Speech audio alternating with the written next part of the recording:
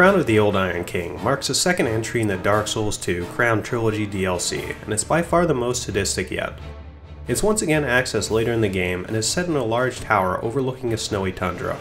The environments offer quite a bit of verticality, but they don't feel as cleverly put together as the Sunken King DLC.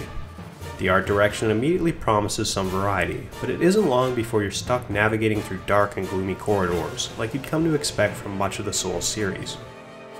There's also a host of new enemies, which are all fairly formidable, and in my opinion quite a bit more difficult than those you encounter in the main game. You'll take on giants capable of dispatching you in a single hit, knights that will relentlessly pursue you, annoying casters that teleport around, and plenty more. They're all pretty tough, and they each have a ton of health. Thankfully, you're able to use things in the environment to your advantage, such as luring zombies carrying flammable barrels into fire in order to kill groups of enemies as well as open hidden passages. You're also able to push fire turrets along a track to help eliminate or at least weaken some of the stronger enemies. Also included is the addition of Nadalia, the late wife of the Old Iron King. Her soul is divided into fragments and placed inside ashen idols, which can make certain areas quite a bit more difficult, such as healing enemies, shooting fire, hampering visibility, and cursing the player. These idols can be removed with smelter wedges, which will reward you with a fragment of Nadalia's soul. Unfortunately, you're not given enough to destroy all the idols until you complete a certain boss. If you're like me and unaware of this your first time playing, you could remove the wrong idols and make that boss a lot more difficult than it needs to be.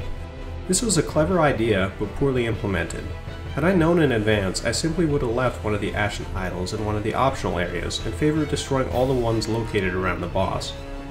If you get in a situation like this, there's nothing you can do about it except fight an already difficult boss that is able to fully heal himself if you let him get out of position.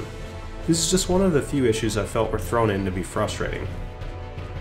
The bosses in Crown of the Old Iron King are all quite difficult, putting a lot of bosses from the main game to shame. However, one of the bosses is simply reused from Dark Souls 2.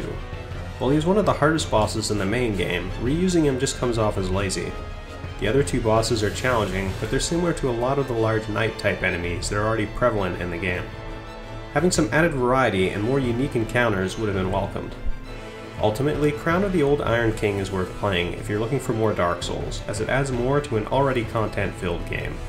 It's quite a bit longer than Crown of the Sunken King, especially if you factor in deaths, and you definitely get your money's worth.